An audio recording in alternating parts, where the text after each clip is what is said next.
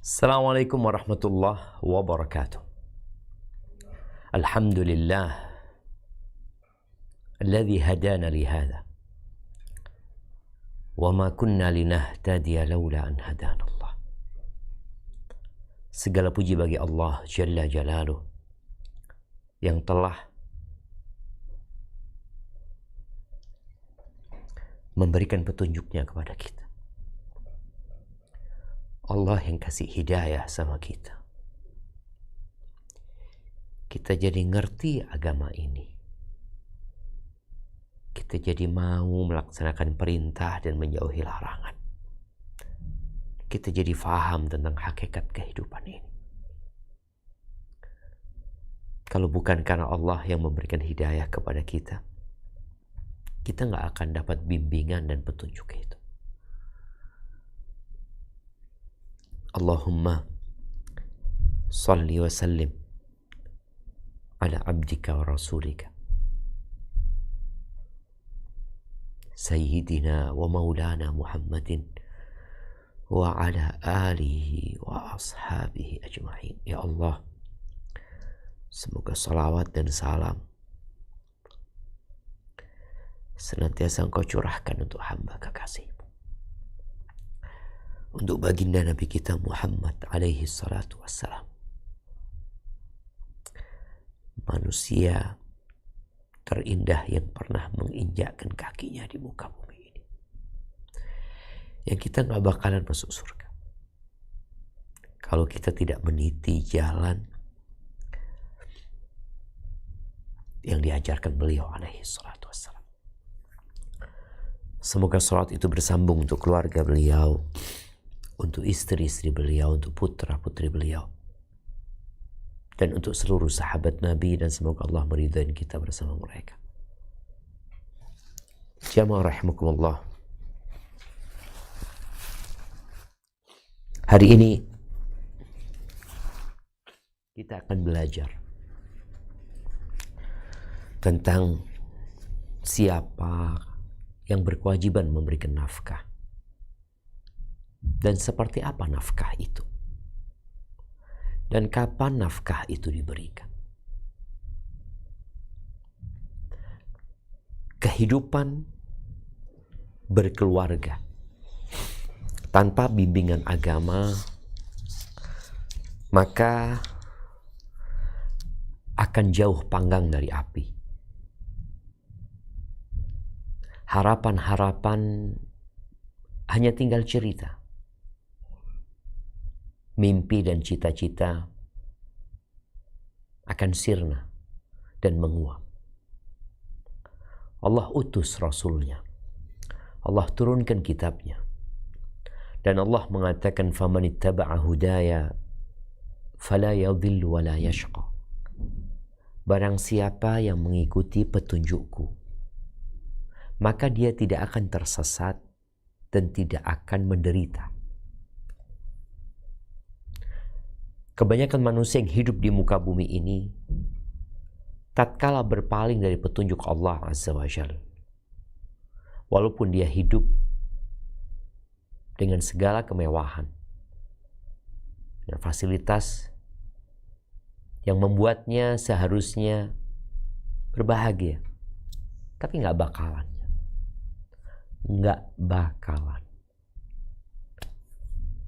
Percaya atau tidak, tapi itulah realita.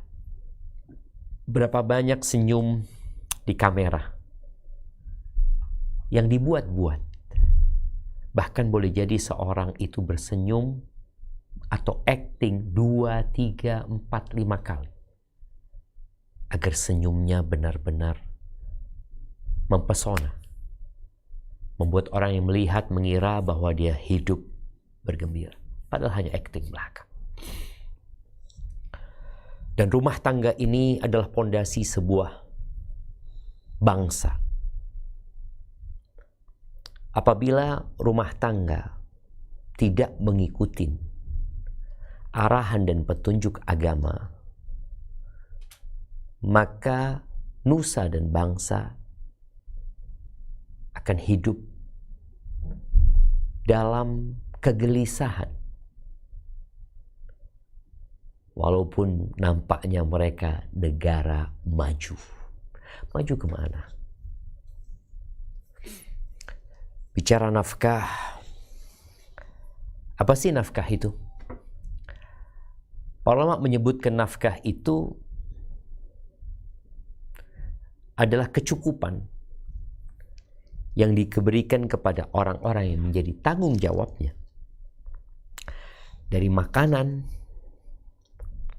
minuman, pakaian, tempat tinggal, dan hal-hal yang mengikutinya. Kenapa? Kalau bicara makanan, masak nasi doang gitu. Kalau rumah, masak rumah aja. Kan ada yang dibutuhkan di dalam rumah. Ahibati fillah,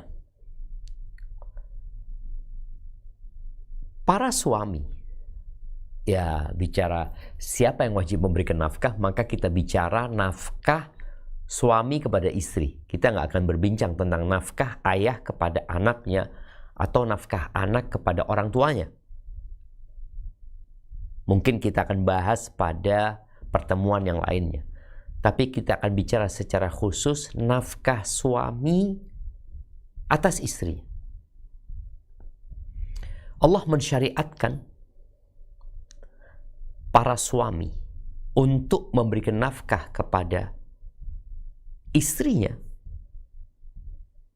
Karena ada banyak hikmah di sana.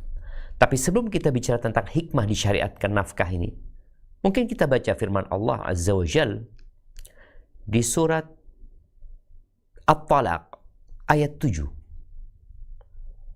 Di surat At-Talaq ayat 7.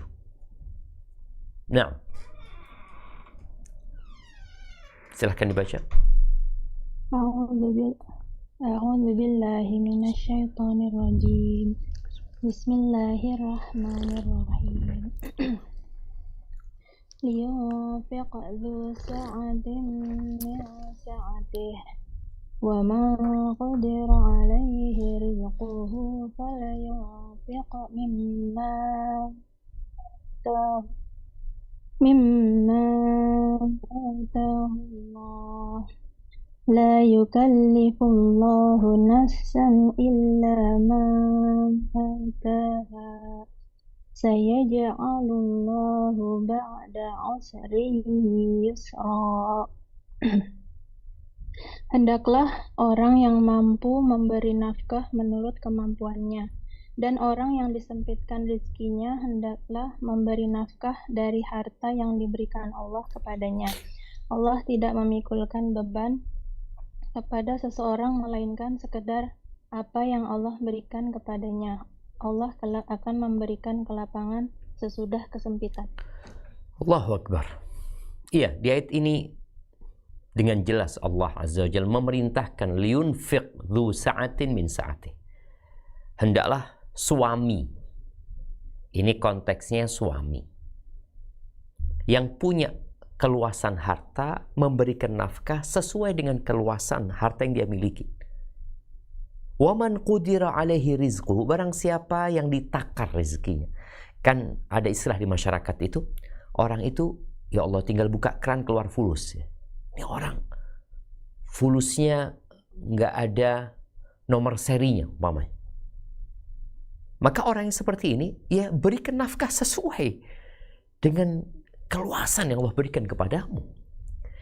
Yang ditakar rizkinya ya udah dia berikan sesuai dengan yang Allah berikan kepada dia. Allah tidak membebani hambanya di luar batas kemampuan dia. Dan Allah akan jadikan setelah kesulitan itu kemudahan.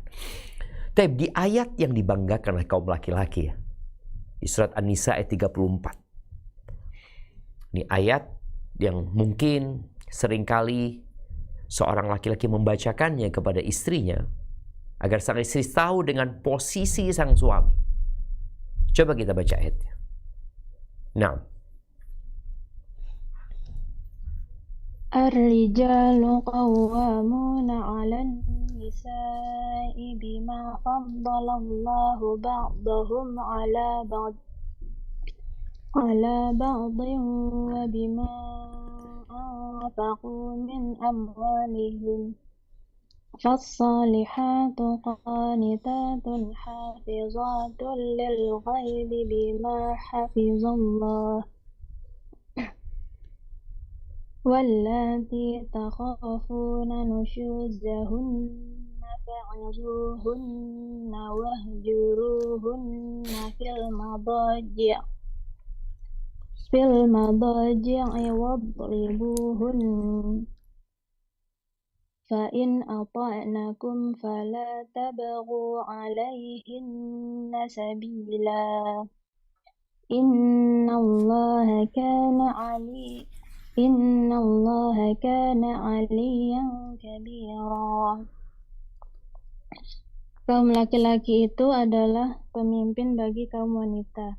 Oleh karena Allah telah melebihkan sebahagian mereka laki-laki atas sebahagian yang lain wanita.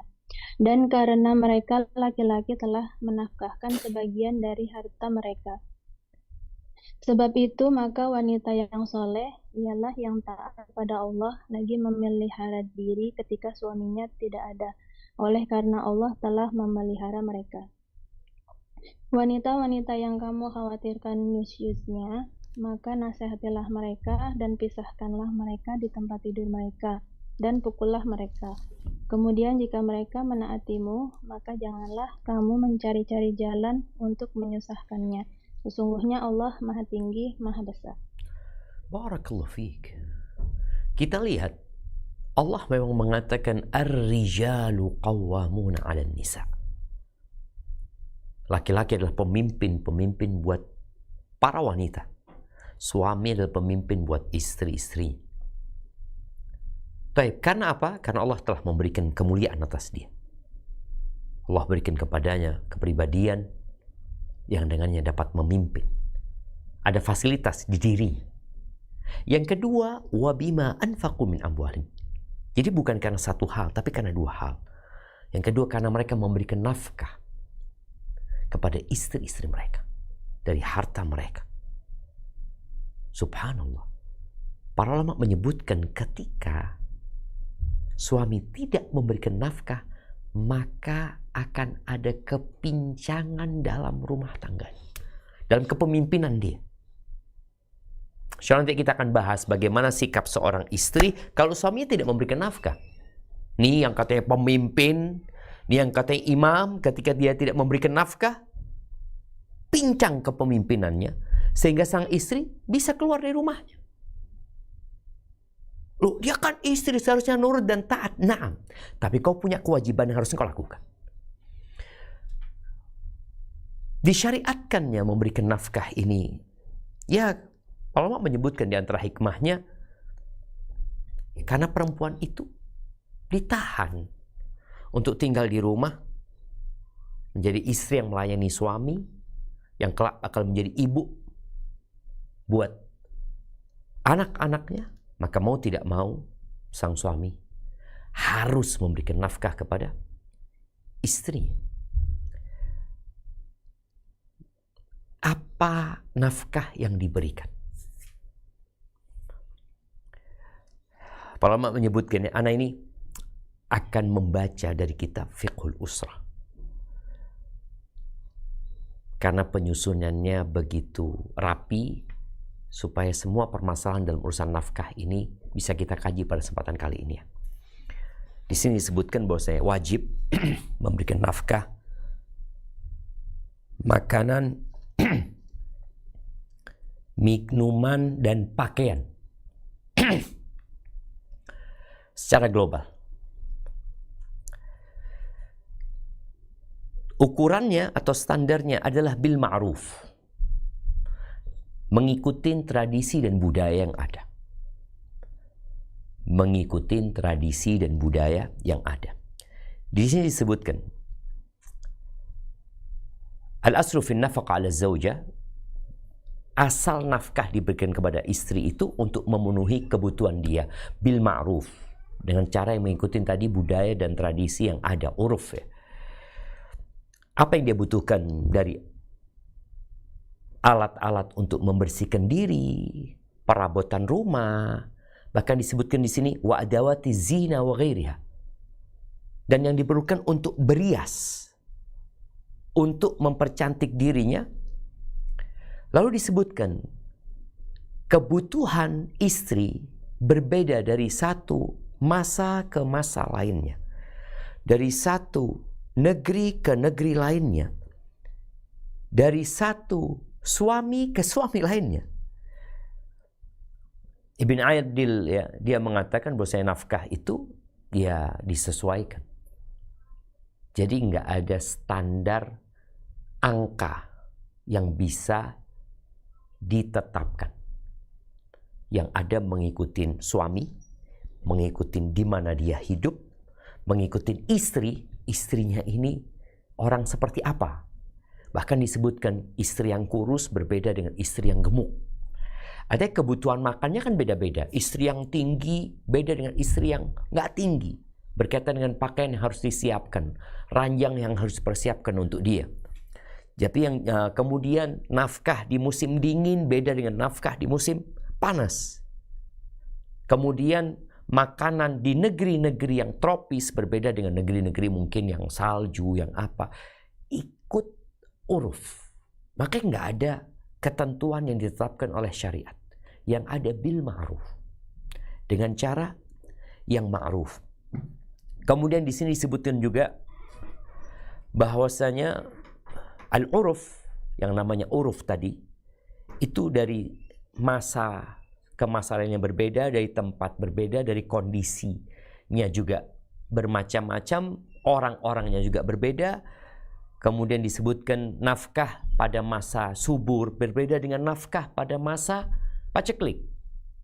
Ini perlu diingat karena ada istri-istri yang ketika suaminya alhamdulillah dia punya uang banyak, dikasih nafkah banyak, ketika dia lagi susah nafkahnya tetap minta seperti yang dulu.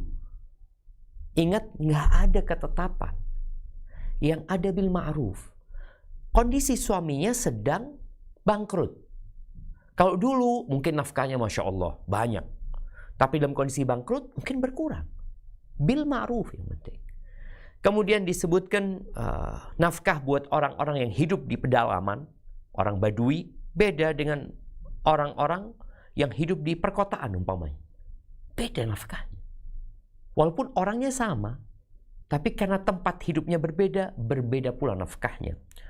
Kemudian yang ma'ruf, nafkah buat orang-orang kaya, itu berbeda dengan orang-orang fukara. Kemudian orang kaya juga beda-beda. Ada pejabat-pejabat, ya, keluarga raja mungkin. Yang ma'ruf di sana beda dengan orang yang mungkin kaya tapi nggak pejabat gitu loh. Maka nafkah berkaitan dengan istri ini dengan cara yang ma'ruf. Kemudian berkaitan dengan obat. Ini karena kadang-kala ada pembahasan dari beberapa ustadz yang mengatakan, ya nafkah itu nggak wajib berkaitan dengan pengobatan istri. Itu bukan kewajiban suami gitu loh.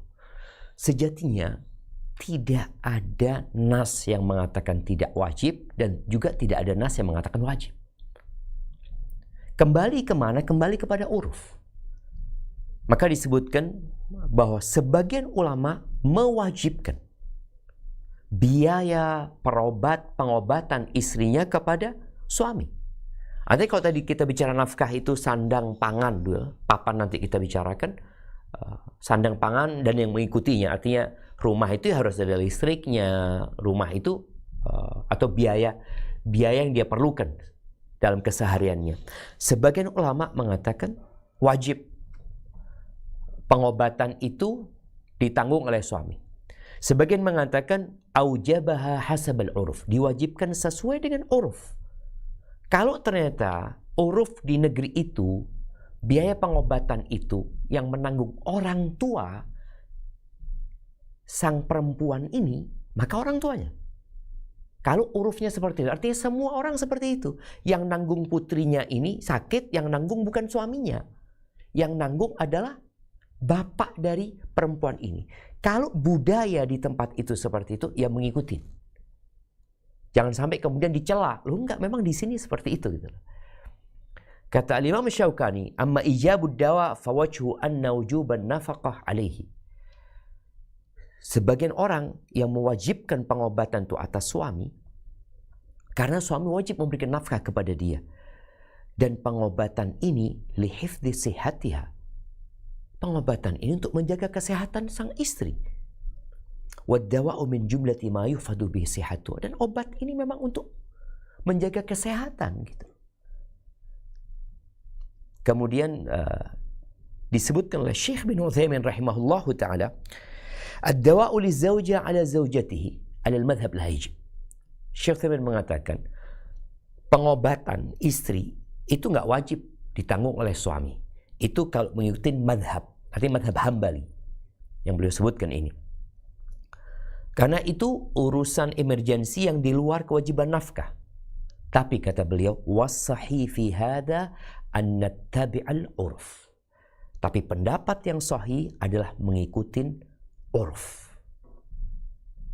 Maka kalau di Australia ternyata memang kewajiban pengobatan istri itu ditanggung oleh orang tuanya istri, ya ikutin. Jadi nggak wajib buat suami. Tapi kalau di Indonesia mungkin, ya Allahu a'lam, uruf di Indonesia kayaknya suami yang nanggung. Maka ikut uruf yang ada. Jadi ini mengikuti uruf ya. Apa dalilnya? Dalilnya firman Allah di surat An-Nisa ayat 19, wa'ashiruhunna bil ma'ruf. Allah mengatakan pergaulilah istri-istri kalian dengan cara yang ma'ruf. Artinya mengikuti uruf. Wa juga sabda Nabi SAW mengatakan walahunna 'alaikum rizquhunna wa kiswatuhunna bil ma'ruf. Dan istri-istri itu memiliki hak nafkah dan pakaiannya bil ma'ruf, mengikuti uruf. Jadi kalau di negeri itu biaya yang besar, umpamanya pengobatan itu 50-50 antara suami dan orang tua istri, ya udah ngikutin seperti itu. Tapi kalau ternyata enggak, suami, ya suami yang bayar. Atau tadi kalau yang ya wajar-wajar jadi kewajiban suami, tapi kalau sudah membutuhkan ratusan juta atau apa dan suami tidak mampu, kalau memang urufnya itu jadi kewajiban sang bapak, yakni bapaknya istri, ya mengikuti uruf yang ada. Jadi bil ma'ruf, dengan cara yang ma'ruf. Kalau urufnya ternyata memang istri ini dikasih duit, dia yang belanja, ya udah dikasih duit, dia yang belanja. Tapi kalau urufnya enggak, jadi suami yang memenuhi kebutuhan makanan selama 1 tahun. Nabi SAW dulu itu memberikan nafkah kepada istrinya cukup untuk 1 tahun. Ya makanan yang dibutuhkan ini itu ya. Ada yang bulanan, ada yang harian umpamanya. Jadi mengikuti uruf yang ada sebagaimana di ayat yang tadi kita baca dan hadis yang diriwayatkan oleh Imam Muslim tadi yang kita juga bacakan. Ada hadis lain yang dijadikan dalil oleh para ulama, yaitu hadis Aisyah Ummul Mukminin radhiyallahu taala anha, istri Nabi alaihi salatu wassalam, anna Hinda binta Utbah, Hind putrinya Utbah, yaitu istrinya Abu Sufyan, qalat, dia berkata kepada Nabi SAW, ya Rasulullah, inna Abu Sufyan rajulun syahih atau syihhi. Abu Sufyan ini pelit orangnya. Walaysa li illa ma yadkhulu baiti, dan aku nggak punya kecuali yang masuk ke rumahku dari dia itu. Sedangkan dia pelit. Dia tidak memberikan yang cukup untuk kebutuhan rumah tangga. Faqala Rasulullah sallallahu alaihi wasallam, khudhi ma yakfiki wa waladiki bil ma'ruf. Kata Nabi SAW, ambillah dari harta suamimu tanpa sepengetahuan suami dan tidak termasuk mencuri, yang cukup buat dirimu, nafkah buat dirimu dan anakmu bil ma'ruf, dengan cara yang ma'ruf, yang tadi mengikuti uruf ya, bukan ngambil hartanya suami untuk berfoya-foya, enggak, memang kebutuhan. Bicara kebutuhan, dari satu rumah ke rumah orang berbeda. Dari satu istri ke istri yang lainnya berbeda. Dari satu kondisi ke kondisi lainnya bermacam-macam. Tapi kembali kepada uruf. Dan Nabi SAW tidak menyebutkan angka kepada hin. Tapi beliau menyebutkan yang cukup bil ma'ruf.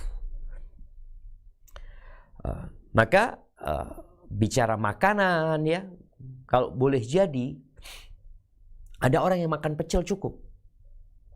Karena memang kondisinya seperti itu. Tapi ada orang yang harus makan daging. Karena itu makanan dia dan suaminya kaya. Punya gitu loh.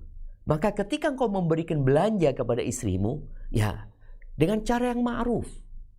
Istrimu suka makan daging dan engkau punya uang untuk itu, jangan kemudian istrinya kasih makan tempe.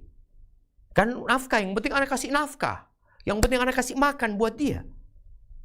Ingat bil ma'ruf. Di surat At-Talaq yang tadi kita baca, oke, orang yang memang nggak punya duit yang mencukupi, ya sudah, itu yang dia miliki. Maka hendaklah sang istri juga menerima kondisi yang ada. Taib. Jadi ada ijma di antara para ulama bahwa memberikan nafkah kepada istri adalah kewajiban suami. Kewajiban suami. Tadi makanan, minuman, dan pakaian. Pakaian berbeda-beda tentunya. Ini anaknya orang kaya. Biasa beli baju harganya 2 juta. Dan ketika menikah dengan engkau juga kaya. Maka jangan kemudian kau memberikan nafkah. Aku udah kasih baju sama dia, harga 300.000 umpamanya. Maka tidak ma'ruf. Sedangkan Allah memerintahkan bil ma'ruf. Sandal, sepatu juga sama. Artinya yang dibutuhkan kalau bicara pakaian kan dengan yang mengikutinya tadi. Berkaitan dengan sandalnya umpamanya. Dan kebutuhan-kebutuhan lainnya. Taibah. Pembahasan selanjutnya, nafkah yang berkaitan dengan tempat tinggal. Dan pelayanan. Pembantu. Ini berkaitan dengan tempat tinggal dan pembantu. Maka tadi perlu memang orang yang mau nikah itu faham apa kewajiban dia. Sehingga dia tidak datang pada hari kiamat merasa sudah melaksanakan kewajibannya, ternyata dia melakukan kezaliman kepada istri. Baik, disebutkan tajibus sukna li zawja ala zawj. Ya. Papan, yaitu tempat tinggal, menjadi kewajiban suami untuk menyediakannya untuk istrinya. Dengan cara yang ma'ruf. Kembali caranya yang ma'ruf. Apa? Dalilnya surat At-Talaq ayat 6. Coba kita baca surat At-Talaq ayat 6. Nah. A'udzu billahi minasyaitonir rajim. Askinuhunna min haitsu sakantum min wujdikum wa la tudarruhunna litudayyiqu ولا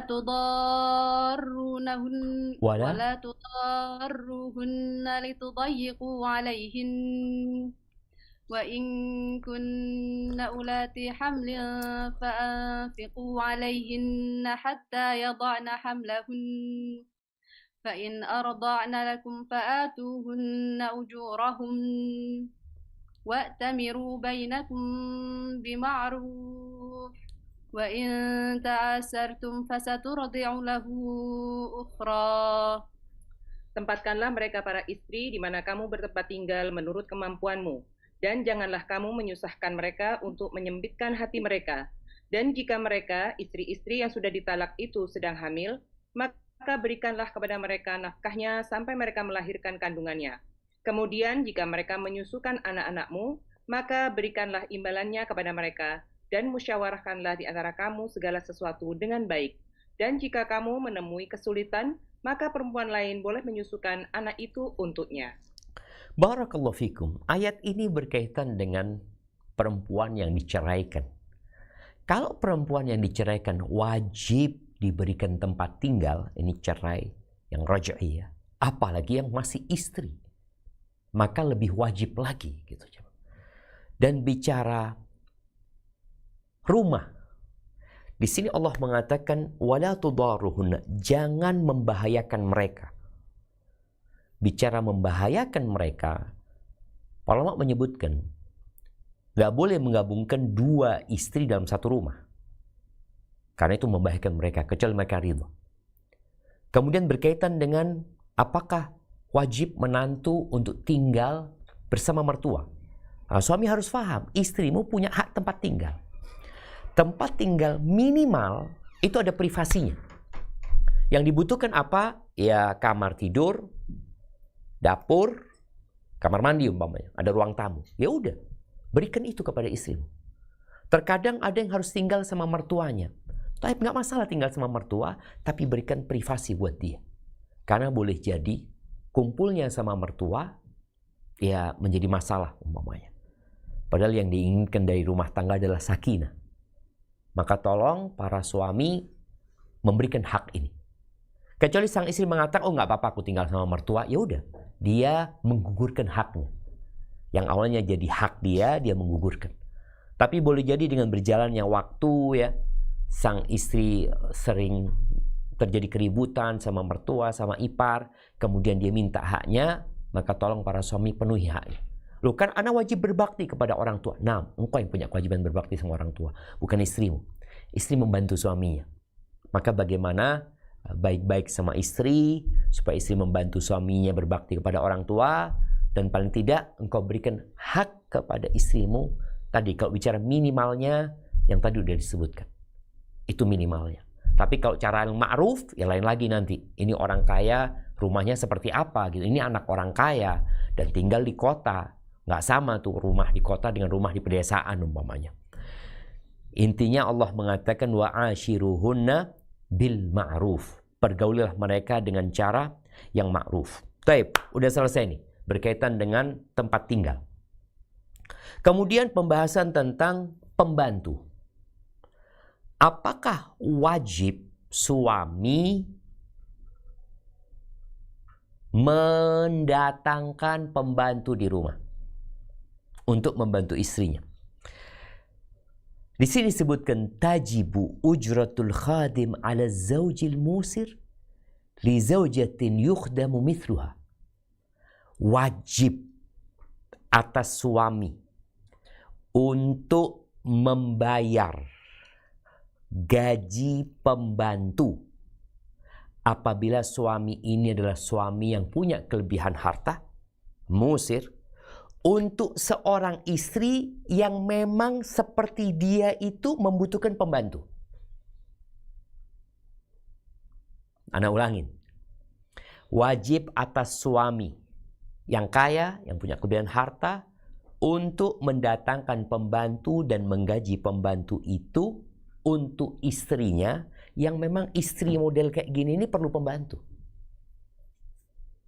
Berarti kan nggak semua istri perlu pembantu. Nah, terus apa standarnya uruf? Mulai dikatakan, nih orang, engkau menikahin seorang wanita yang dia di rumah punya 7 pembantu. Engkau menikahin seorang wanita yang di rumahnya punya 7 pembantu. Anaknya orang kaya. Dan dia tidak terbiasa dengan tadi nyuci piring nggak terbiasa, nyuci ini nggak terbiasa. Karena memang dia anaknya orang kaya. Maka ketika engkau menikahi perempuan itu, engkau sudah tahu konsekuensinya. Kecuali engkau jelaskan di awal, engkau nikah sama aku, ana minta maaf, ana mungkin nggak bisa memberikan pembantu. Ini karena engkau menikahi seorang perempuan yang berduit, yang hidupnya biasa dilayani.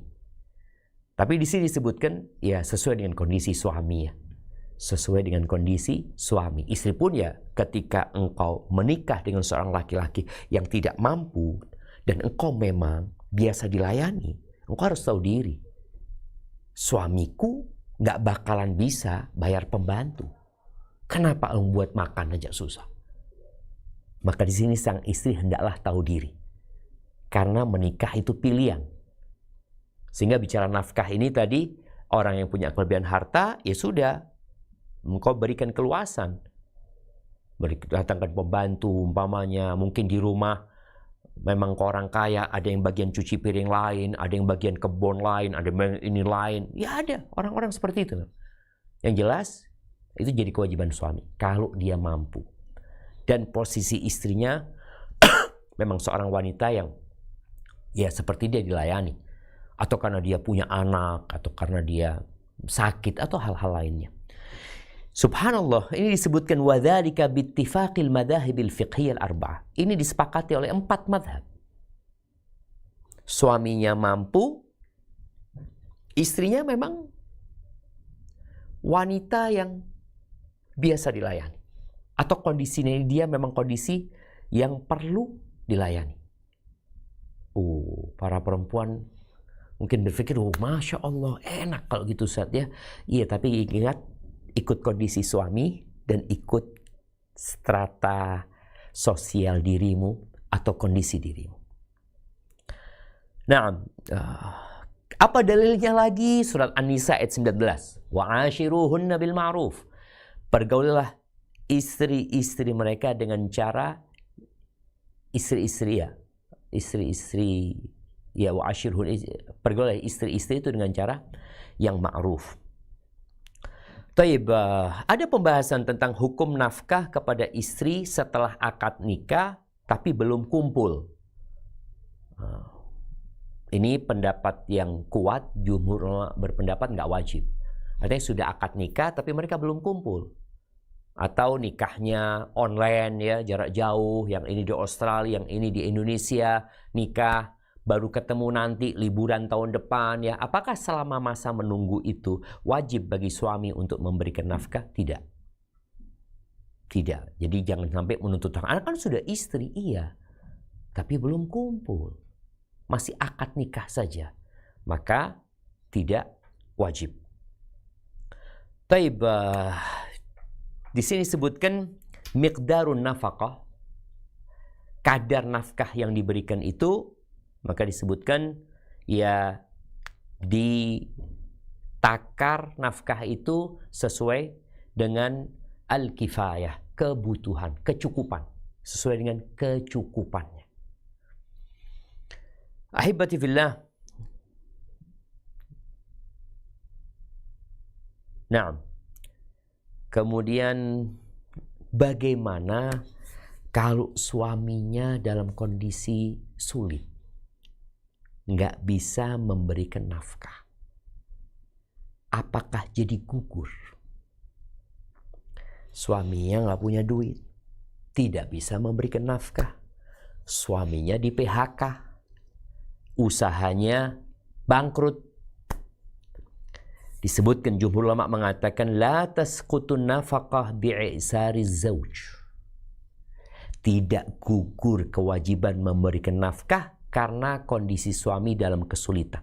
Dan ini madhab jumhur ulama. Enggak. Apa dalilnya? Jadi tadi ayat-ayat yang menunjukkan kewajiban suami yang memberikan nafkah. Hadis-hadis Nabi SAW yang menyebutkan suami punya kewajiban memberikan nafkah sesuai kemampuannya. Ini nggak mampu sekarang. Apakah gugur? Enggak gugur. Ibnu Umar radhiyallahu taala anhu meriwayatkan bahwa Umar bin Khattab menulis surat kepada panglima-panglima perang, kepada komandan-komandan tentara-tentara yang dikirim. Suratnya anid'u fulanan wa fulanan. Panggil fulan dan fulan, sebutkan namanya. Fulan panggil, fulan panggil. Qadin qata'u minal Madinah wa khalau minha. Mereka meninggalkan kota Madinah, nggak balik ke kota Madinah. Maka pilihan mereka, fa imma ayyarji'u ila nisaihim, mereka balik ke istri-istri mereka. Wa imma ayyab'athu ilaihinna binafaqah, atau mereka kirim nafkah. Pilihannya dua. Balik ke Madinah untuk memberikan nafkah, atau mereka tetap di sana tapi mereka kirim nafkah. Wa imma ayyutalliqu wa yab'athu binafaqati ma madha. Atau pilihan ketiga, mereka ceraikan istri-istri mereka dan mereka kirim nafkah di bulan-bulan, di hari-hari yang mereka tidak memberikan nafkah. Nih. Jadi nggak gugur. Nanti dihitung apa? Boleh jadi dihitung hutang. Memang nafkahnya ditunda karena dia nggak mampu. Oke, boleh jadi sang istri punya uang, dia jual gelangnya, dia jual perhiasannya, boleh jadi dibantu oleh orang tuanya, tapi kewajiban suami nggak gugur, sehingga boleh jadi terhitung utang. Kemudian ada pembahasan bahwa dipisahkan antara suami istri gara-gara sang suami kesulitan memberikan nafkah. Dikatakan idza a'sara az-zawju bin nafaqah wa lam tasbir az-zawjah falahal fasxu.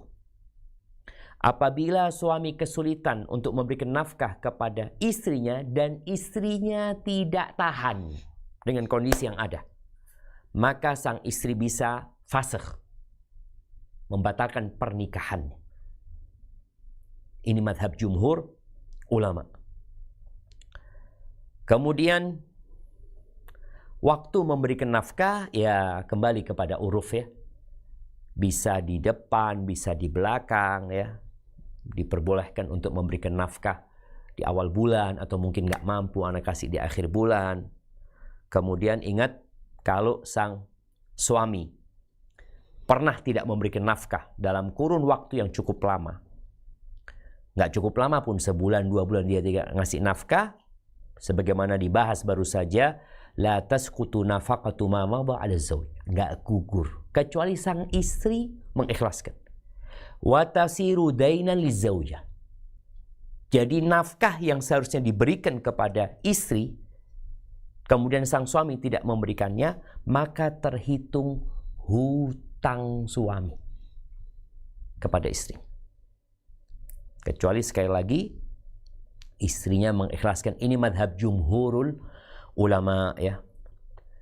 Kemudian ahibati fillah, bagaimana nafkah kepada istri yang nusyuz, istri yang nashiz, yang nggak nurut sama suaminya, yang ya KDRT sama suaminya, yang teriak-teriak sama suaminya, ya dia nggak taat dan patuh sama suaminya sehingga tidak melayani suami. Istri yang seperti ini maka suami tidak wajib memberikan nafkah. Tidak wajib. Bittifaqil madhahibil fiqhiyal arba'ah. Sepakat 4 madhab itu. Para istri tolong, kalau engkau tidak nurut sama suaminya, engkau mungkin bantah suami, tidak melayani suami, maka sang suami tidak wajib memberikan nafkah. Usahakan istri, nah. Tapi ketika engkau nashiz, maka sepakat 4 madhab enggak. Karena engkau itu dikasih nafkah, ada timbal balik. Apa timbal baliknya? Yang kau melayani suamimu. Engkau taat dan nurut sama suami. Bagaimana dengan istri yang bekerja? Apakah gugur? Maka tidak gugur. Tidak gugur kewajiban nafkah untuk istri yang bekerja. Catatannya, hal itu sudah disepakati sebelum pernikahan. Sang istri mengatakan, "Bang, aku nikah tapi aku tetap dengan pekerjaanku." Kalau sang suami mengatakan iya, maka tetap wajib memberikan nafkah. Tapi kalau bekerjanya istri itu di tengah jalan, maka boleh ada kesepakatan. Engkau kalau mau bekerja, tolong pembantu engkau yang bayar ya. Karena harapannya kan suami yang seharusnya bayarin pembantu tadi. Maka sang suami mengatakan kalau engkau bekerja, maka tolong nafkah ini engkau yang bayarin. Kadang-kadang ada perempuan yang ingin bekerja seperti itu.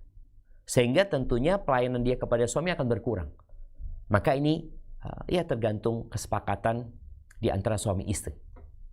Kalau bekerjanya di tengah jalannya.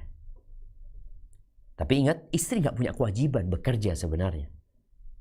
Tapi ketika sang istri mau membantu suami, ya kembali kepada keridhaan sang istri.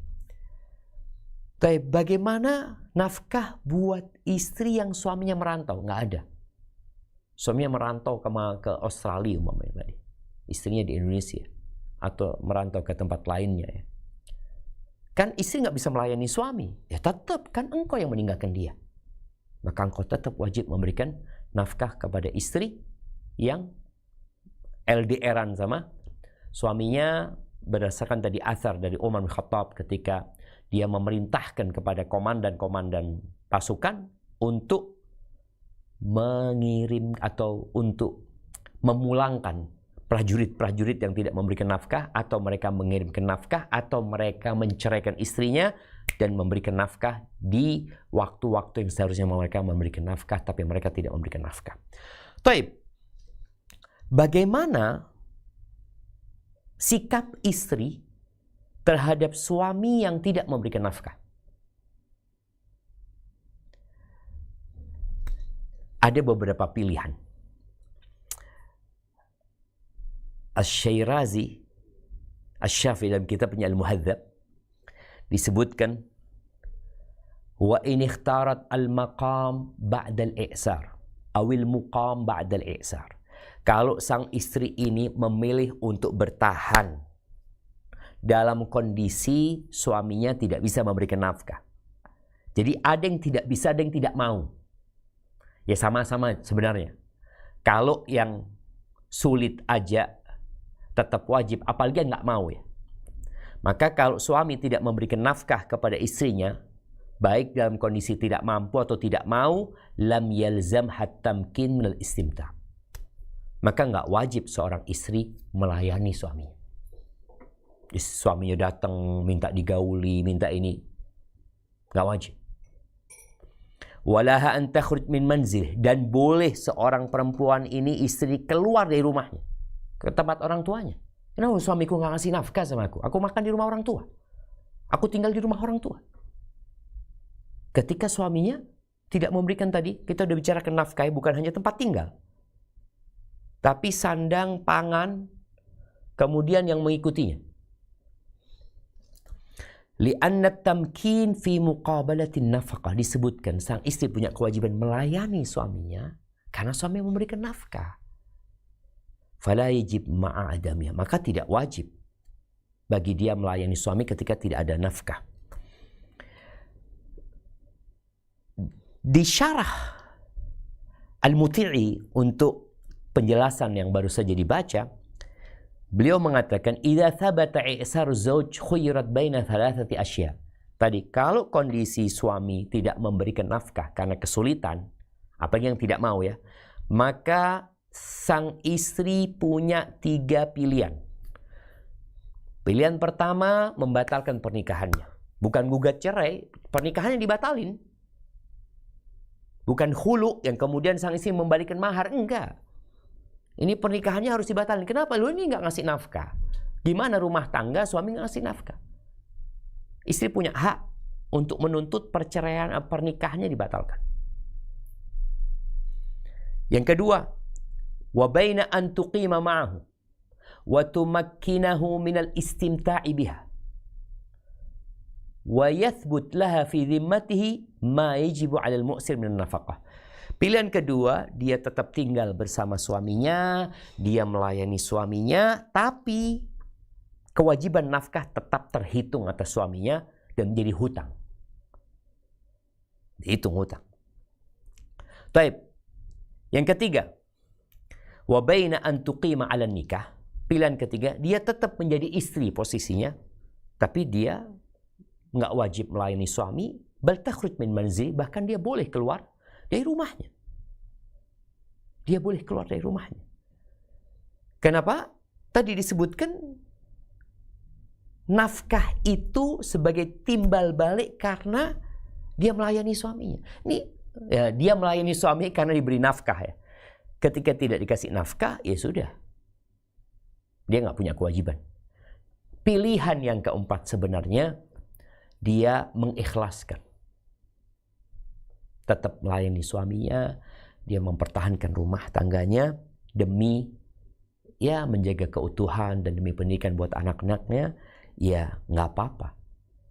Maka buat suami istri, tolong difahami bab nafkah ini yang intinya adalah bil ma'ruf, dan tadi udah disebutkan apa saja nafkah yang diberikan berkaitan dengan waktunya, bebas, sesuai dengan uruf yang ada, sesuai dengan kesepakatan. Tapi usahakan orang-orang yang mau menikah belajar suami-suami atau menghadapi suami-suami yang tidak memberikan nafkah atau kesulitan hidupnya, hendaklah dia bersabar. Tidak, ini kita bicara hukum ya. Tidak serta-merta dia meminta pernikahannya difasakh, dibatalkan, karena boleh jadi di situ ada hikmah yang lainnya. Boleh jadi kondisi suami memang sekarang sakit ya, dia nggak bisa memberikan nafkah, tapi dulu dia Masya Allah ya, mungkin kau bertahan demi berharap pahala dari Allah Azza wa Jalla akan lebih baik. Barakallahu fiik. Ana rasa itu yang dapat kita kaji pada kesempatan kali ini. Mungkin kita masuk ke sesi tanya jawab. Tafadhali, barakallahu fiik. Barakallahu fiik Ustaz. Putaran pertama dari Sydney. Mau tanya Ustaz, bolehkah seorang istri mengelola uang pensiun suaminya? Keadaan suaminya ini sehat, tapi suka lupa-lupa gitu Ustaz. Tapi bolehkah kita mengelolanya tanpa sepengetahuan suami? Barakallahu fiik. Barakallahu fiik ya. Tadi yang perlu difahami, ada hal-hal yang menjadi haknya istri. Maka ketika dia mengelola hartanya suami, maka hendaklah dia mengambil dengan cara yang baik. Tapi kalau dia mengelola sampai di luar kewenangan dia, seperti mensodakohkan hartanya suami, membantu orang lain, maka nggak boleh, kecuali dengan keridhaan suami. Oh, bagaimana kalau kondisi suami pikun? Sama, ketika kondisi suami pikun, yang boleh dikelola itu adalah yang menjadi haknya istri dan anak-anaknya. Anak kan kepingin usaha, dia semakin banyak kebaikannya ya. Nggak boleh, karena itu bukan hakmu. Kecuali engkau dipasrahi oleh suami. Tadi kan mengelola harta suami tanpa sepengetahuan. Jadi mengelolanya harus detail apa sebenarnya makna mengelola tadi.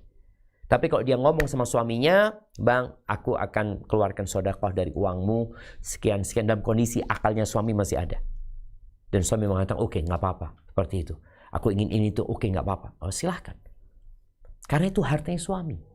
Dan tolong juga kita memahami hartanya suami, hartanya istri. Tapi di harta suami ada haknya istri. Maka apabila mengelola, ambil jadi haknya. Dalam posisi suami boleh jadi tadi bakhil ya, padahal dia punya fulus banyak, tapi dia bakhil.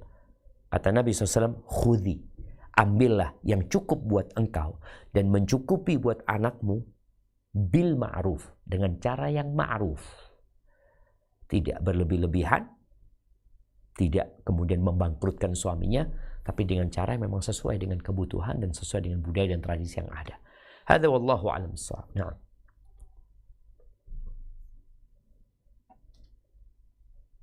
Assalamualaikum warahmatullahi wabarakatuh. Waalaikumsalam warahmatullahi wabarakatuh. Naam, tafadhali. Ustadz, kami di sini ada yang dapat uang Centerlink. Uang apa? Uang dapat dari Centerlink, dapat dari pemerintah. Naam. Apakah suami tetap wajib memberi nafkah, Ustadz? Loh. Jadi uang itu haknya istri atau haknya suami? Haknya istri. Jadi kalau itu haknya istri, artinya istri dapat duit. Boleh jadi dia dapat duit dari Centerlink, dapat duit dari warisan, dari usaha orang tuanya, dapat duit dari mana-mana pun yang itu dapat hadiah ya. Kalau itu milik istri, ya milik istri. Suami tetap punya kewajiban. Jadi walaupun istri kaya raya, umpamanya, tadi kita udah bicara bagaimana istri yang bekerja. Walaupun istri kaya raya, istri bekerja, maka tetap suami punya kewajiban memberikan nafkah kepada istrinya. Kecuali kondisinya suami memberikan usaha kepada istrinya. Yang katakan, Dek, aku bikinkan usaha ya, nafkahmu kau ambil dari sini. Jadi hasilnya buat engkau. Yang membuka usaha suaminya. Ketika ada kesepakatan, ya boleh jadi nggak wajib, bukan nggak wajib, dia telah memberikan nafkah dengan hasil usaha tadi. Umpamanya hasil usaha itu menghasilkan tiap bulan 10 juta. Istri sebagai pengelola gajinya 5 juta. 5 juta milik suami yang kemudian diberikan kepada istri sebagai nafkah. Ada hal-hal yang mengikuti uruf dan budaya yang ada. Tapi tetap suami punya kewajiban memberikan nafkah kepada istrinya. Walaupun sang istri dapat duit dari kerjanya, atau dapat duit dari orang tuanya, atau dapat duit dari Centerlink Barakallahu fiik. Hada wallahu a'lam bissawab. Nah. Ya, barakallahu fiik Ustadz. Seperti yang tadi sudah Ustadz sampaikan, ini kejadian kami di sini. Dulu saya punya suami yang pertama, itu uang hasil kerja suami diberikan semua kepada saya dan uang hasil kerja saya untuk uang saku saya pribadi. Tetapi saya kaget setelah menikah dengan orang Australia, semua pengeluaran dibagi 2. Apa yang sebaiknya harus saya lakukan Ustadz secara Islam? Jazakumullahu khairan. Subhanallah ya. Itu tadi yang Ana tanyakan ya ke Kak Evi berkaitan dengan bagaimana sih kehidupan rumah tangga di Australia. Ana dengar nafsi-nafsi.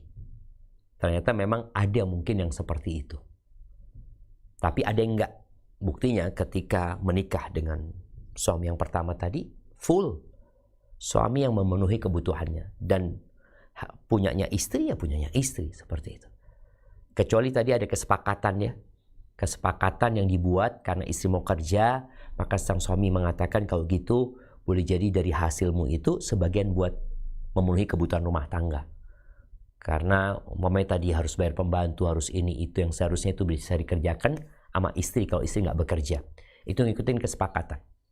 Kalau tadi yang terjadi sama suami akhirnya pengeluaran itu dibagi 2. Ya ini seharusnya mengikuti kesepakatan. Kalau sang suami minta seperti itu, maka sang istri boleh jadi nolak. Loh enggak, ini kan kewajibanmu gitu loh. Tapi kalau kemudian terjadi keributan berkaitan dengan hal ini, maka lebih baik islah. Islah itu ya saling mengalah gitu loh. Demi mempertahankan rumah tangga, ya udah. Kebutuhan rumah tangga kita tanggung bersama umpamanya. Walaupun tadi sebenarnya itu kewajiban suami. Loh, apakah suami nanti akan dituntut di akhirat? Kalau itu kewajiban dia tapi dia tidak melaksanakan, ya tentu dia akan dimintain pertanggungjawaban. Tapi kalau sang istri kemudian meridhokan karena terjadi kesepakatan daripada ribut sama suami, daripada rumah tangga berantakan, ya udahlah kita sepakati tadi 50-50 pengeluarannya. Udah nggak ada masalah. Kalau memang terjadi kesepakatan di antara suami dan istri. Tapi yang jelas menjadi kewajiban suami memberikan nafkah secara full. Bagi istri yang bekerja pun sebenarnya suami tetap kewajiban memberikan nafkah secara full menurut pendapat yang tadi kita sampaikan. Walaupun boleh jadi ada kesepakatan antara suami istri, maka mereka mengikuti kesepakatan di antara mereka. Apalagi kalau memang tidak ada kesepakatan di awal. Kalau ada kesepakatan di awal sebelum menikah, seperti yang disampaikan bahwa saya sang istri, aku nikah sama engkau, tapi aku tetap kerja. Sang suami oke, iya. Ya sudah, berarti suami tetap full memberikan nafkah. Atau sang suami mengatakan, oke, engkau tetap bekerja, tapi pengeluaran 50-50. Sang istri mau atau tidak? Ketika mau, ya udah bismillah. Hada wallahu a'lam bissawab. Nah.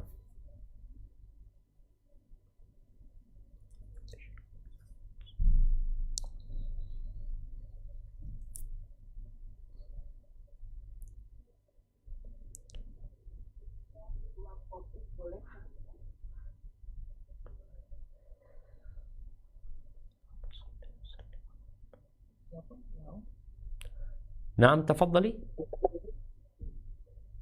Pertanyaannya di luar topik, bolehkah? Tafadhali, kalau kiranya bisa dijawab, Ana jawab insyaallah. Kedengaran, oh udah. Itu dalam Islam, apakah boleh kita bermain saham? Bermain saham? Ya. Nah. Iya, barakallahu fiik. Ahibati fillah, penting ya bagi kita untuk mengetahui halal haram.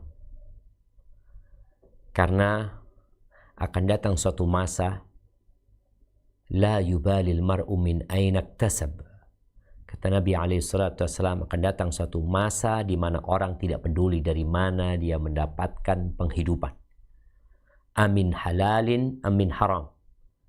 Dari cara yang halal atau dari cara yang haram. Dia nggak peduli, yang penting dapat fulus. Dan sepertinya masa itu sudah datang. Di mana di negeri kita dan di tempat lainnya mungkin pinjol, judol, ya, riba, pekerjaan-pekerjaan yang haram itu dilakukan, penipuan, korupsi, macam-macam. Terus bagaimana dengan main saham? Maka tergantung sahamnya, tergantung akadnya nantinya. Sahamnya ini saham perusahaan halal atau haram. Apabila saham itu saham perusahaan yang halal, maka insya Allah boleh kita. Kalau memang halal. Tapi kalau nggak jelas, kadang-kadang seperti orang yang bermain judi aja. Beli pagi, jual sore, jual. Perusahaan apa yang kau beli, apa yang kau jual? Maka tolong dipastikan engkau bermain di saham apa. Kalau ternyata sahamnya bank riba, haram. Kalau ternyata sahamnya tempat kasino atau pabrik khamr, ya, atau hal-hal yang lainnya yang memang diharamkan dalam agama, maka hal itu ikut diharamkan.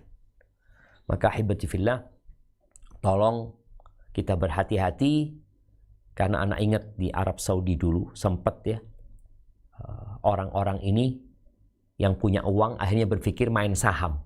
Dia akhirnya nggak bekerja yang real. Dan tadi kadang-kala saham ini naik, kadang-kala saham itu turun. Memang perusahaannya halal, tapi kemudian dia jadi bangkrut karena dia beli dengan harga mahal, kemudian kita tahu harganya turun. Maka jangan sampai kemudian kita meninggalkan pekerjaan real yang seharusnya kita kerjakan.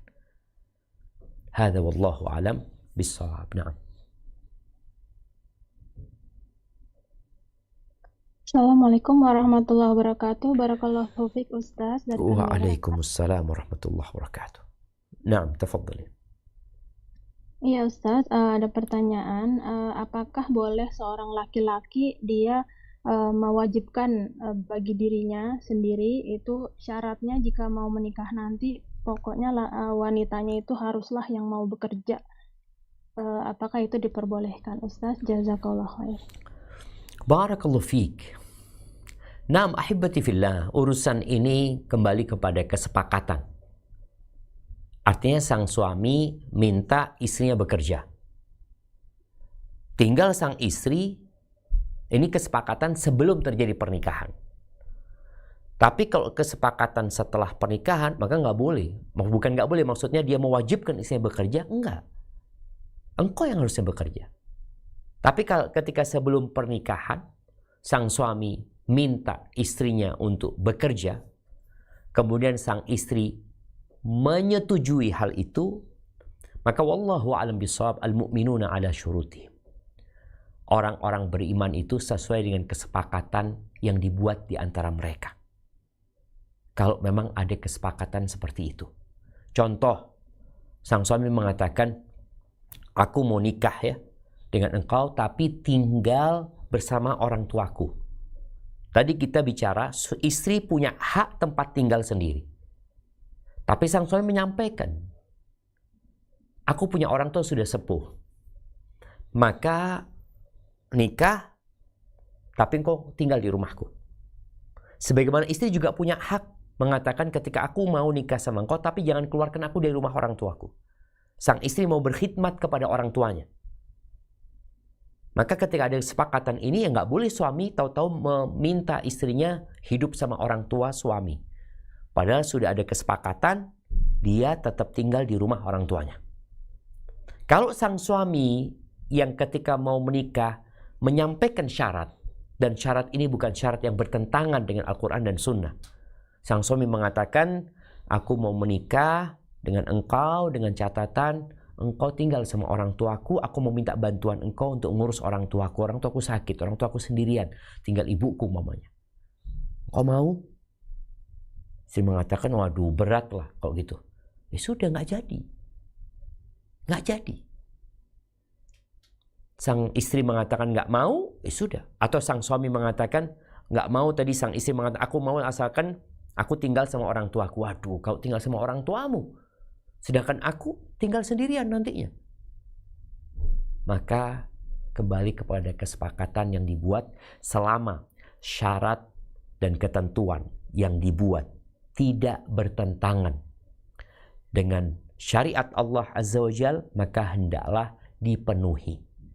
Dan ketika engkau tidak mau memenuhi, engkau sebenarnya dari sejak awal sudah punya pilihan, menerima atau menolak. Ketika engkau menolak, sudah, pernikahan tidak akan terjadi. Tapi kalau engkau menerima dengan persyaratan yang dibuat, dan persyaratan itu persyaratan yang boleh ya dalam syariat, yang engkau hendaklah memenuhi persyaratan itu ya. Wallahu a'lam bishawab. Nah.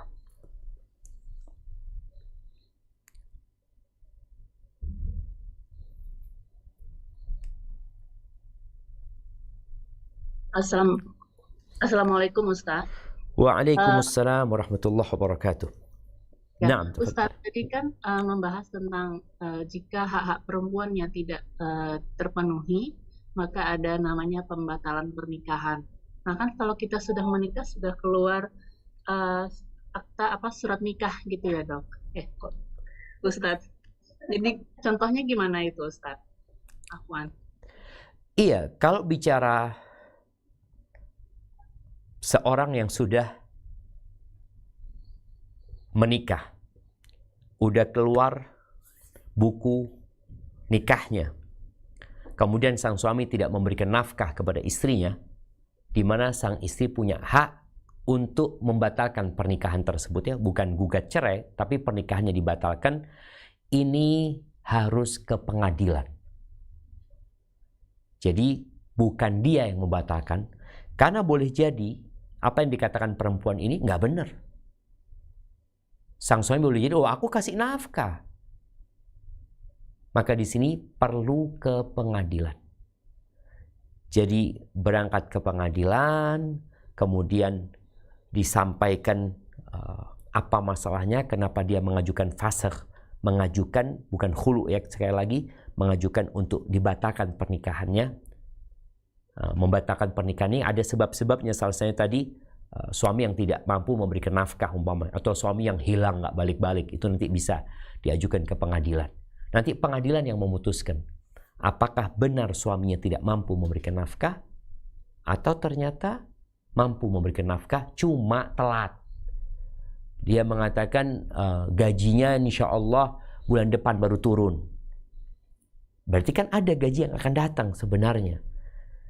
Dan sang istri kan punya pilihan tadi, dia tetap bersabar nunggu tanpa melayani suami, atau dia sabar menunggu melayani suami, dihitung utang nanti, nafkah di bulan yang seharusnya dia berikan, kemudian dia tidak memberikannya kecuali terlambat. Jadi kalau bicara membatalkan pernikahan itu, tidak serta-merta dia bisa membatalkan pernikahan secara sendiri, tapi itu harus ada proses di pengadilan.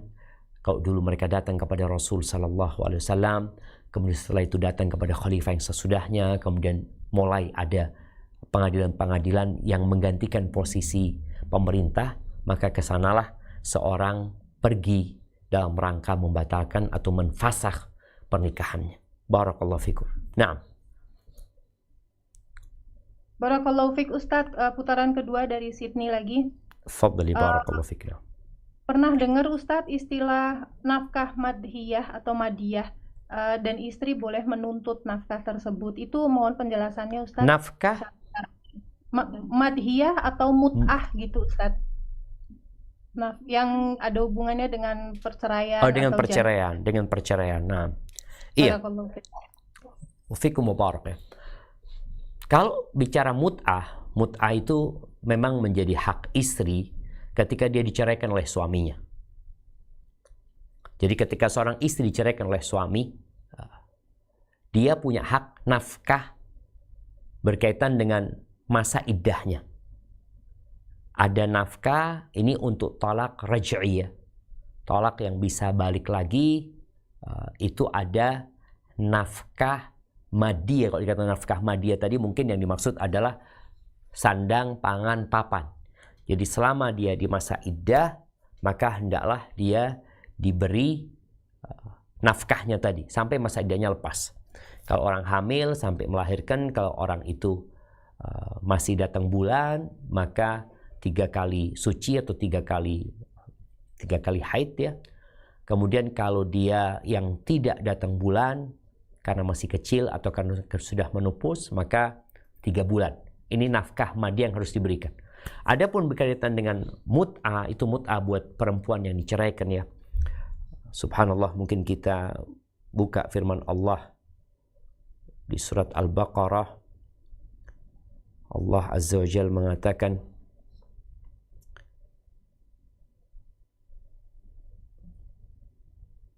di 236 ya.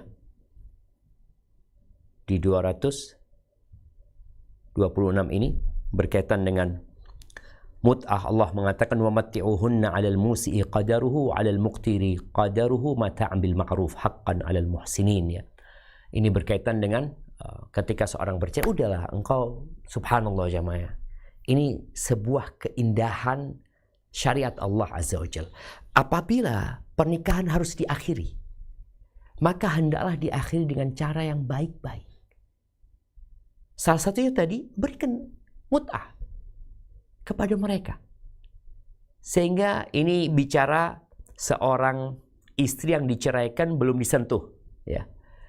Dan berkaitan dengan istri yang diceraikan sudah disentuh, sudah dihubungi, juga ada perintah untuk memberikan mut'ah. Dan Nabi SAW ketika menawarkan kepada istri-istrinya untuk diceraikan, beliau menawarkan, aku akan kasih harta, aku akan kasih mut'ah buat kalian. Ya udah, cerainya baik-baik. Berapa kadar mut'ah itu, maka tergantung kondisi suaminya. Kalau suaminya orang yang kaya, mungkin dia diceraikan, dikasih rumah, dikasih mobil, ya, dikasih usaha. Udah, aku mau kasih banyak ya. Engkau sudah menemani aku selama ini, sampai punya anak-anak ya. Cuma karena memang mungkin jodoh kita sampai di sini. Ini kunci mobil, ini sertifikat rumah, ini usaha. Fadl buat engkau. Artinya udah pisah tapi baik-baik. Tapi kan banyak ya. Banyak pernikahan yang berpisahnya nantinya dengan tidak baik-baik, padahal udah 20 tahun hidup atau 3 tahun atau 5 tahun. Maka ya seperti itu mungkin berkaitan dengan mut'ah buat orang yang diceraikan ya. Hadza wallahu a'lam bis-shawab. Nah.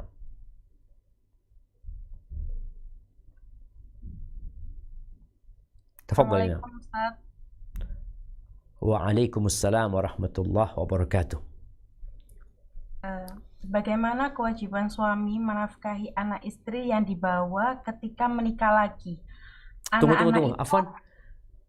Bagaimana kewajiban suami menafkahi anak istri yang dibawa ketika menikah lagi? Anak-anak itu masih tanggung jawab bapak kandungnya atau bagaimana? Barakallahu fiik. Iya. Masya Allah jemaah, ini pertanyaan yang menarik sekali ya.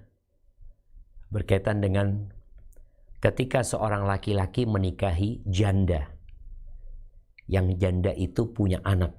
Kan kadang-kala di masyarakat, aduh rondo anak telu, rondo anak papat, ini itu. Akhirnya sang suami ini yang mau nikahin janda ini bingung gitu loh. Kalau dia harus memberikan nafkah kepada anak-anaknya. Ahibati fillah, ketahuilah bahwa kewajiban memberikan nafkah itu adalah kewajiban bapak anak-anak itu kalau mereka hidup. Kalau mereka mati, maka tergantung kondisi ibunya atau boleh jadi paman-paman yang punya kewajiban memberikan nafkah kepada anak-anak itu. Ini kewajiban silaturahim ya. Karena anak-anak itu anak-anak yatim dan ini paman yang mungkin punya harta, maka adalah memberi nafkah. Mungkin kita juga akan bahas nafkah kepada kerabat ya di kesempatan yang lainnya, bagaimana dan seperti apa nafkah itu diberikan. Jadi kalau tadi sang suami menikahin janda dengan anak 3, siapa yang berkewajiban memberikan nafkah kepada anak-anak janda itu? Yang janda itu menjadi istrinya. Maka kewajiban memberikan nafkah tetap kewajiban bapak kandungnya. Wa 'alal mauludi rizquhunna wa kiswatuhunna bil ma'ruf. Bapak itu wajib memberikan nafkah kepada anak-anaknya, kepada ibu anak-anaknya ini dengan cara yang baik. Kalau itu dirawat sama ibundanya umpamanya. Karena kadang-kadang nih anak ikut sama emaknya, tapi sang bapak nggak ngurusin itu anak. Apalagi kalau sudah nikah, alhamdulillah selesai kewajibanku. Tetap. Karena sampai kapanpun itu anak nggak akan pernah jadi anak suami baru ibunya. Nggak bakalan. Memang di antara ihsan ya berbuat baik kepada anak-anak itu ya silahkan suami ini memberikan nafkah, silahkan. Tapi bukan jadi kewajiban dia. Apalagi kalau yatim ya silahkan memberikan nafkah, kau akan dapat fadilah memelihara dan merawat anak yatim. Tapi kalau secara hukum agama, kewajiban memberikan nafkah tetap kewajiban bapak kandungnya. Barakallahu fi. Naam. Ya, barakallahu fiik Ustadz, dari Brisbane putaran ketiga Ustadz. Ini ada pertanyaan titipan Ustadz, jika suami istri muslim berpisah, apakah suami ada hak dalam harta si istri? Mungkin contohnya seperti ini Ustadz. Jika suami istri bercerai, di sini ada aturan child support atau nafkah anak yang ditetapkan oleh pengadilan. Dan itu jika orang tua misalnya di sini itu ada si bapak yang mendapatkan perwalian, sedangkan si ibu itu lebih banyak uangnya, si ibu ini harus memberikan nafkah anak yang diberikan kepada bapaknya itu. Jadi si ibu akan memberikan nafkah kepada si bapak. Apakah kita wajib mematuhi aturan tersebut ataukah ada ketentuan sendiri dalam syariat Islam? Jazakumullah khairan. Barakallahu fi. Naam ahibati fillah ya. Kalau berkaitan dengan kondisi yang disebutkan, secara hukum agama jelas kewajiban itu kewajiban bapaknya. Tapi sebagai seorang ibu, ketika sang bapak tidak mampu dan anak-anak itu hidup dalam kekurangan, maka Allah memerintahkan kepada kita untuk berbuat baik. Berbuat baik itu bukan hanya kepada anak kita, kepada binatang pun kita diperintahkan berbuat baik. Apalagi kepada anak kita. Karena ada ibu-ibu mungkin yang sakit hati sama suaminya, dia kalah di pengadilan, dia berharap untuk merawat anak-anaknya, kemudian dia berpikir udahlah sama bapaknya sana kau hidup dengan kondisi bapak yang susah mungkin, maka adalah sang ibu bermuhasabah. Memang dia nggak wajib mentaati aturan yang ada, karena memang dalam hukum agama yang wajib memberikan nafkah adalah bapaknya. Tapi termasuk ihsan, termasuk berbuat baik seorang ibu kepada anaknya. Apalagi nggak mampu dan sang ibu mampu, maka menjadi sebuah keharusan bagi ibu untuk menyelamatkan anak-anaknya. Tatkala dia memang memiliki kemampuan gitu loh. Tapi kalau anaknya enggak, bapaknya cukup ya, sang ibu tetap ingin menjalin hubungan baik sama anak-anaknya dengan berbagi sama mereka, tafadhol, nggak ada masalah gitu loh. Hadza wallahu a'lam bissawab. Nah. Barakallahu fiik, dari Canberra lagi Ustadz. Pertanyaannya, apakah termasuk tidak taat pada suami jika di pertengahan jalan suami menyuruh istri untuk bekerja namun istri menolak? Mohon bimbingannya Ustaz, jazakallahu khair. Nah, barakallahu fiik. Ya, ini tadi yang dibahas. Bahwasanya sang suami punya kewajiban memberikan nafkah kepada istrinya, bukan mempekerjakan istrinya. Ketika dia memerintahkan istrinya untuk bekerja, mencari nafkah, maka berarti suami tidak memberikan nafkah yang cukup. Tidak memberikan hak istrinya. Dan istri boleh keluar dari rumah, tadi disebutkan, untuk kerja atau dia untuk ke rumah orang tuanya dan tetap menjadi seorang istri. Sampai sang suami memberikan haknya. Jadi tidak menjadi kewajiban istri untuk mencari makan sendiri. Jadi kalau dikatakan apakah wajib untuk bekerja? Enggak wajib. Tapi termasuk ya menjaga rumah tangga. berbuat baik kepada suami. Kalau dia tahu suaminya nggak mampu, ya udahlah, aku bekerja dalam rangka membantu suami, dan itu akan jadi pahala sedekah buat sang istri. Seperti kisahnya Abdullah bin Mas'ud radhiyallahu taala anhu yang kerjanya serabutan, ya, yang istrinya punya keahlian menenun, sehingga dari hasil tenunannya dia bisa mendapatkan uang. Yang uang itu biasa dipakai untuk makan mereka sehari-hari. Akhirnya sang istri ngomong sama suaminya, aku kayaknya nggak bisa bantu lagi. Aku nggak bisa bantu lagi. Kenapa?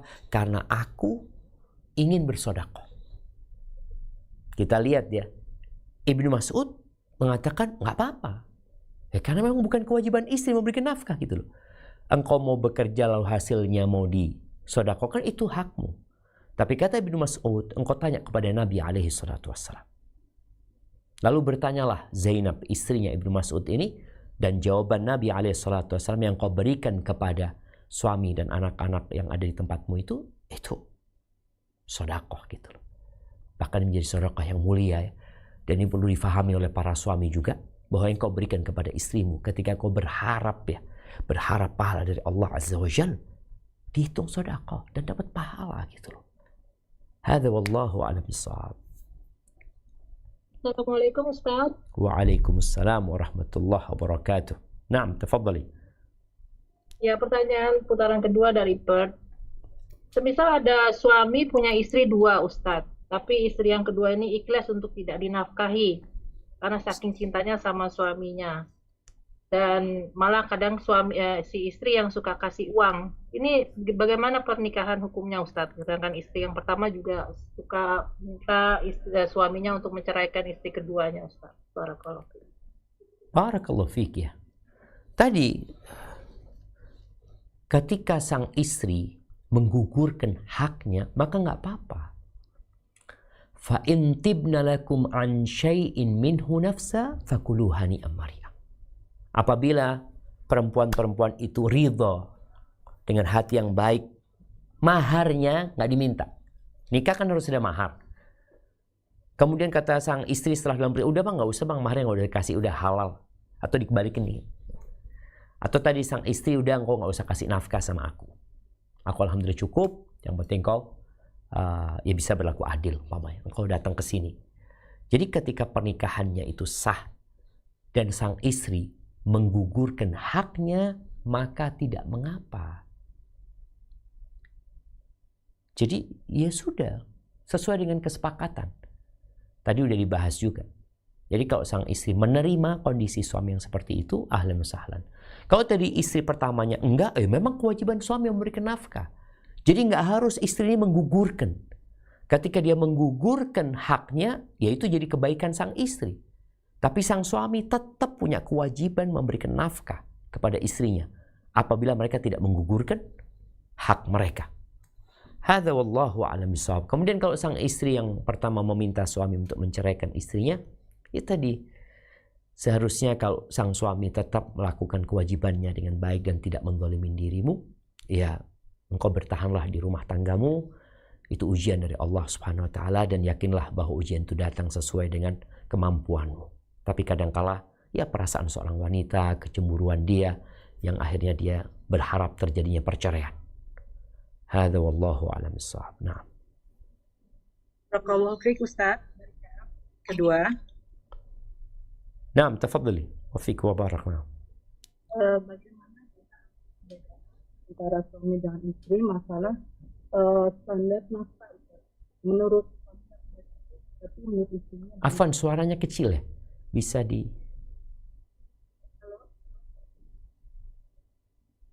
Halo. Naam, tafadhali. Bagaimana kalau ada perbedaan standar ukuran nafkah Ustaz? Bagi suaminya itu sudah cukup, tapi bagi istrinya belum Ustaz. Siapakah yang lebih dominan Ustaz untuk menentukan standar tersebut? Barakallahu fiik. Naam, ahibati fillah. Bicara tadi nafkah adalah mencukupi ya kebutuhan sang istri. Ketika dikatakan terjadi perselisihan, nantinya akan ke pengadilan ya. Seperti itu. Tapi ana rasa nggak perlu sampai ke sana. Yang perlu tadi menetapkan uruf yang ada. Uruf yang ada ini, ya tadi suami harus paham. Uruf itu kan mengikuti di mana hidup, dengan siapa dia hidup, ya. Kemudian kondisi istrinya seperti apa? Tadi udah dibahas, ada perempuan yang kurus dengan perempuan yang gemuk, nafkahnya beda, gitu. Kemudian musim panas, musim dingin, kemudian zaman banyaknya fulus dan zaman kondisi fulus sedang sulit, maka ini yang perlu dipertimbangkan. Jadi kalau bicara sang suami dan istri ini ribut, maka coba mereka butuh penengah umpamanya. Mereka nggak harus ke pengadilan. Boleh jadi dia menanyakan kepada ahli ilmu. Oke, sekarang sang istri menyampaikan, Bang, listrik itu kebutuhannya sekian-sekian, rumah ini. Kemudian bayar pembantu sekian. Kemudian bicara makan kita itu nggak sesuai. Contohnya tadi, tiap hari kita makan tempe. Engkau fulusnya, walaupun mungkin tempe di Australia lebih mahal daripada dagingnya. Wallahu a'lam. Nah, artinya sang istri boleh mengajukan kepada suami tentang kebutuhan dia yang dianggap suami sudah cukup. Karena kadang-kala suami ini nggak tahu dengan kebutuhan dan dengan biaya hidup yang mungkin semakin tinggi. Umpamanya sang suami dulu ngasih fulus segitu cukup. Iya bang, sekarang harga beras udah naik. Harga listrik udah naik. Harga BBM udah naik. Karena ada seorang istri yang akhirnya menyerahkan kepada suami. Nggak apa-apa bang, sudah bang. Karena engkau merasa uang itu cukup, lebih baik engkau yang pegang duit itu. Berikan nafkah kepada aku yang aku butuhkan. Bayarkan listrik, belikan beras, berikan ini. Ya itu sudah. Karena nafkah nggak harus duit tadi. Yang seharusnya tadi sandang, pangan, papan. Karena terus terang ada suami yang merasa, oh udah banyak gitu loh. Tapi kok nggak cukup. Suami merasa udah banyak, maka sang istri perlu menjelaskan. Enggak bang, sebenarnya nggak banyak. Kalau engkau tahu semua harga sedang naik. Biaya anak-anak seperti ini. Ya tadi transparan saja. Apalagi bedaknya mungkin. Ini bedakku harganya 2,5 juta umpamanya kan. Padahal bisa beli bedak yang 100.000 umpamanya. Ya itu harus ada kesepakatan di antara mereka. Hadza wallahu a'lam bissawab. Naam.